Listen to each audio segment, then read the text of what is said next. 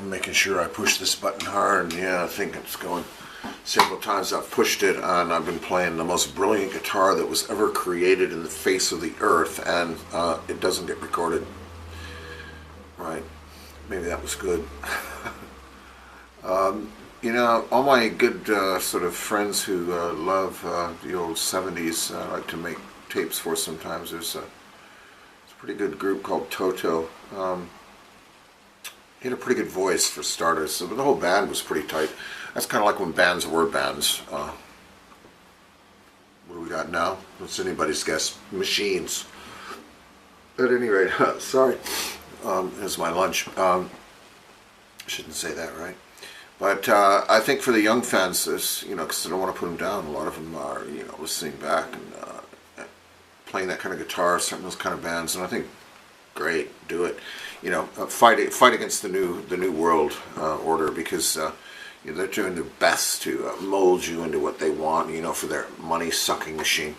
Oh God, am I getting political now? It's supposed to be a guitar lesson, but you know, this TOTO song's pretty good. Hold the Line, I think, was okay. It's a commercial sort of thing, but and then I liked the Georgie Porgy. I thought it was really good. So I'll probably do a separate tape for that. But this one would be Hold the Line.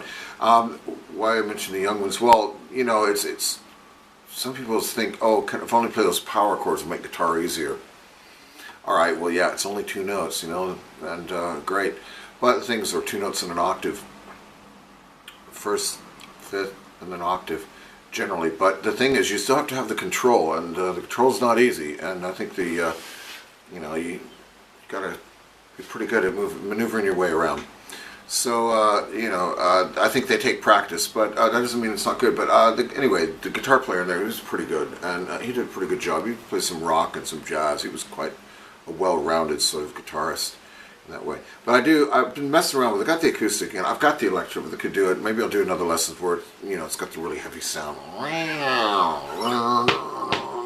Because he really gets a real good sound on that. But anyway, let's try it. So I think I'm doing E. Now, just the technique is to hit it, you know. You got to quiet down the other strings, so, you know, that means muting. Okay.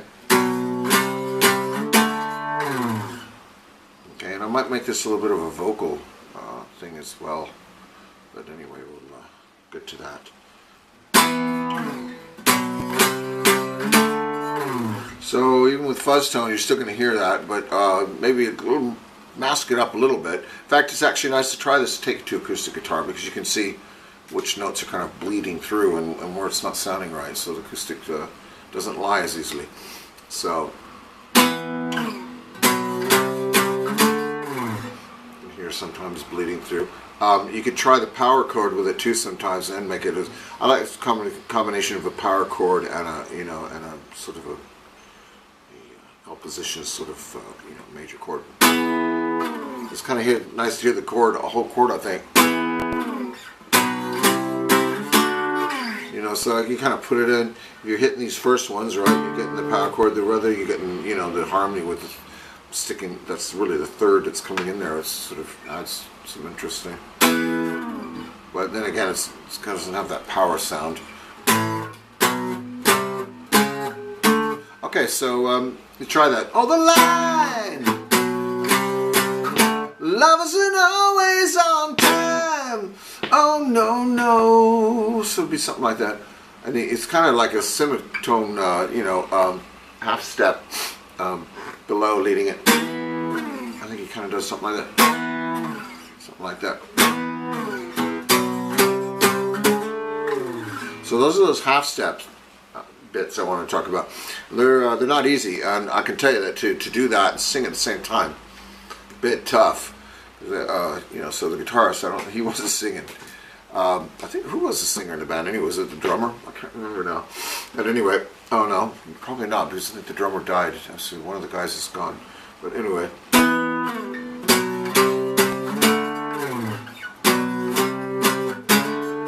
See, if you slide up to it, or come up to it, you'd slide, but that little half step, you know, little sort of leading note in there is when I think it's, hold the line,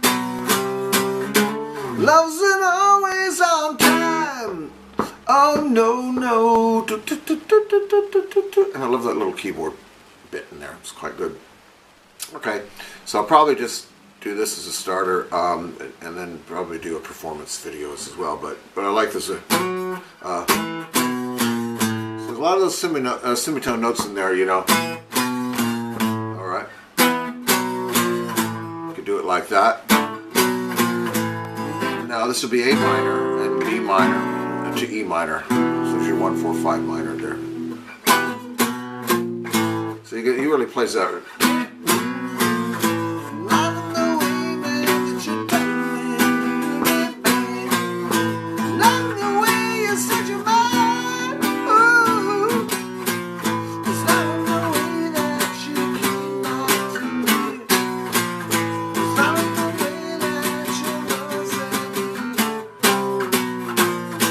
Okay, I messed that up, but I'm kind of using my little finger there because I was up to E there, so coming back down there. That's the tough part, singing it and playing at the same time. But you know, I've been doing that, and it's been pretty good without messing it up too bad. Let's try it again. Well, usually it'll be harder if I'm doing this, you know, this double time here with it. So I gotta kind of keep that at a minimum because it's just too busy. Either that or my vocals are like, you know, put on the back burner, you know. It's not the way that you told me to do. Not the way you say your mind. It's not the way that you love everything. It's not the way that your love sets me free. It's not the way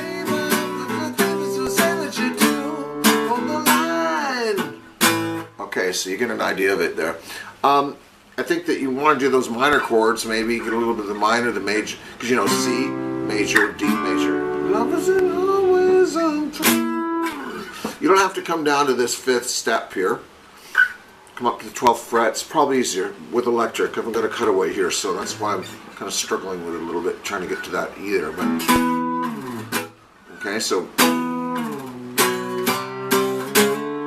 kind of just likes to go up and down like that, okay?